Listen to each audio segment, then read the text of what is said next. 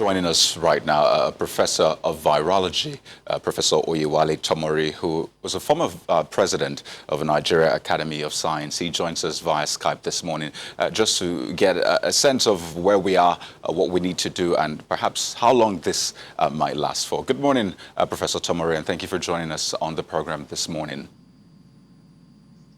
Thank you very much. Right. I know you've been involved with Lassa fever, you've been involved with yellow fever, Ebola. I think it was as far back as 1981, you even got some recognition for your work on Lassa fever. You've seen the figures in Nigeria, how they have climbed. 407 confirmed cases right now in the country, and those are the ones we have discovered. When you look at the figures, 128 discharged, you have 11 deaths. Looking at those figures and, the trends, what do you see? Thank you very much. Please permit me, before I continue, I've listened to Chikwe, and I'm so delighted about what he has said. But there's one story we need to learn from Chikwe's story. Chikwe is working extra hard in a country that lives by lessons forgotten. We should not be where we are. And Chikwe should not be running around doing what he's doing now at this time. It is a state of our unpreparedness that we're getting to where we are. By now, all of the things that Chikwe is talking about at state level should have been in place long time ago. So congratulations to Chikwe. Unfortunately, I can't say congratulations to Nigeria because our progress has been too slow, too lopsided, too late, and this is the problem we're having by not focusing on this issue. Now, let me answer your question. What we're seeing is, I think we're beginning to see more of the cases coming. You remember when we started with the lockdown, our figure was about 131. When the 2 weeks finished, the figures went to 343. 2 days later, we're now at 407. We're going to see more of these cases.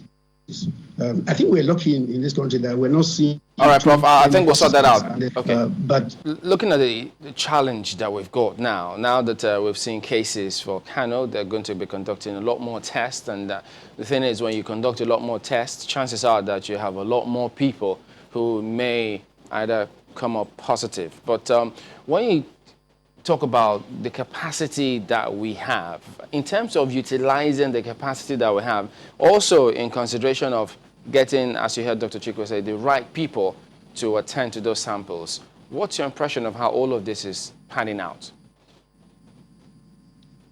I have an optimism that if Nigeria takes all it has to solve its problem, we will not be where we are. At different fora, different agencies have set up laboratories, competent people in the private sector, working with government everywhere. If we address all these and bring all them into this problem, I don't think we should have any problem. It doesn't take that long for people who already know what they're doing to train them to get it done. I also want to add up, in addition to, like I said, I was glad I listened to Chikwe this morning. I also like to say that the states themselves must not forever depend on the federal government. It wasn't like that in those days. States were the strength of public health in Nigeria in the days of my own generation. I don't know why they have abandoned their duties and left everything to the federal government. So we need to get back to the states to get this done. Where a state is begging, asking me to beg the minister to have a vehicle for their public health in the state, something is wrong somewhere. You're a commissioner in your state, you can't talk to your governor, and you're asking me, somebody from outside, to go and beg the minister for you. That shows you the depth of the mess we have gotten ourselves into. What is happening now, if I may just add, all the activities that we're doing right now reminds me of people making ammunition at the war front. That's what Nigeria is doing right now. And maybe a better way to describe is that we're putting icing on a rotting cake. The cake of public health is rotting in Nigeria. The icing will not solve the problem. We need to go back, just as Chikwe has said, to take this opportunity to see what did we do wrong in between. What have we done wrong what did we do right in the past? Can we go back to those places and get things done? Well, you did write a letter to the Minister of Health saying that we need to be a lot more aggressive in our testing, that we need to test all, both the symptomatic and the asymptomatic people, such that we'll get a lot more realistic about this. So do you think we have the capacity to actually do this without at least endangering or limiting the facilities for those who are actually symptomatic, which will perhaps impede on our chances to address their cases headlong? It will take a little bit of upgrading what we have. I mentioned that last year, the team that was dealing with the HIV using PCR ran more than 1 million tests.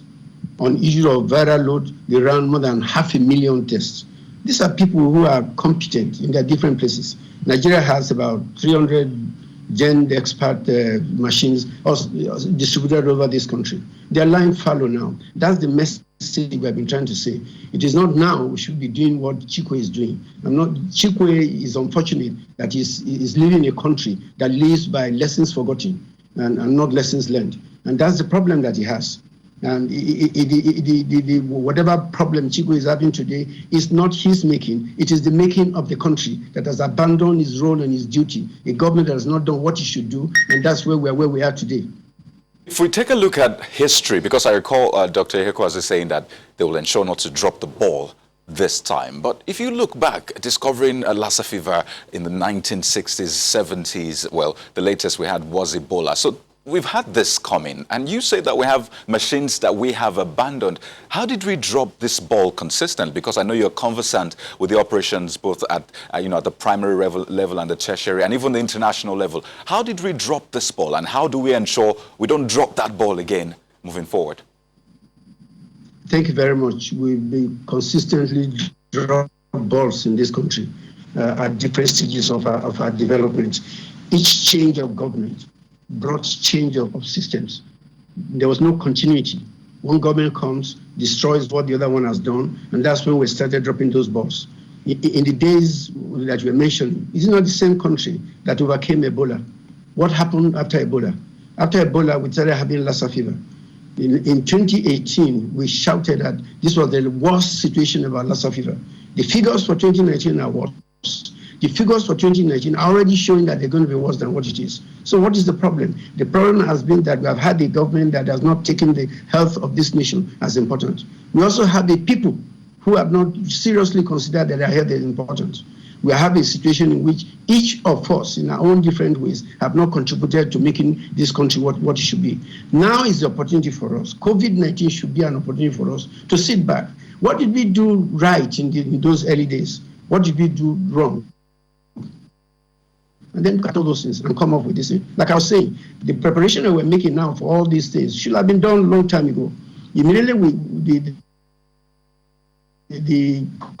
before we had our first case, we should have been holistic in our approach. It's not just manning our borders. At that time, we should have been preparing our laboratories. At that time, we should have been preparing isolation centers. If we had done all that between February 27 or January when this thing started, and February, and gone around to all of the people we needed, Chikwe will be running around now, building up labs. This is the point I'm trying to make. We never plan ahead, and that's our problem. And we need to change that attitude. Like he said, we need to change our attitude to something. Sorry? Yes, Prof, is it a problem of funding or policy that we have had over the years? Policy is not the problem. Nigeria has one of the best policies. It's implementation. I mean, there's nothing they're talking about disease now, which we didn't talk about in 1969 or 1970 or 1972 when we started working on public health in this country.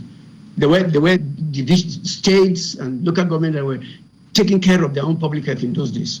And people were working together as this. But then we have the new policy, and then we don't implement it properly. The funds that are meant for that policy is a matter of you're giving funds to invest in certain things, and we have misused it equally like the politicians have done. In fact, even worse than the politicians have done. So it is not a politician problem. It is not. It is all of our problem. You put your money and misuse the money. I don't want to go into some of the details. I'm just looking at some figures now. I'm looking at, check the parliamentarians. I'm told their cars cost about $7,400 and something dollars. That will run, at the rate now that we're talking about, we can run anything between 400, 1,600. Are you still there, Prof? They like it. Well, okay, so it's a problem of implementation. I mean, we'll be taking a short break in a little while now, but if it's a problem of implementation, not a problem of policy, as it were, at what point did we begin to drop this ball? Because my fear is that if we do not redress it now, the consequences could be catastrophic. Okay, I don't know, Prof, if you can hear me. If it's not a problem of policy, but a problem of implementation, at what point do you think we began to drop the ball over the years? And what must we do now to redress? Otherwise, my fear is that the consequences could be catastrophic. Yes, you are quite right. It did not come on us suddenly like COVID came on us. It was a gradual process. We condone a little corruption. Well, when corruption comes in one part of the country, if it's a Yoruba man that is corrupt, the Yoruba man will defend that person. If it is the Igbo man that is corrupt, the Igbos would defend such a person. If it is in your own little area, we defend you. That's where the problem started. And then it became this, and then became accepted that corruption is okay. Because, no, if you defend your own man, then I should defend my own man. We're not thinking like a nation. This belongs to all of us. And when somebody misuses in one part of the world, it affects you. So we started gradually, corruption in little bits, and then gradually we expanded and became much better than what we are.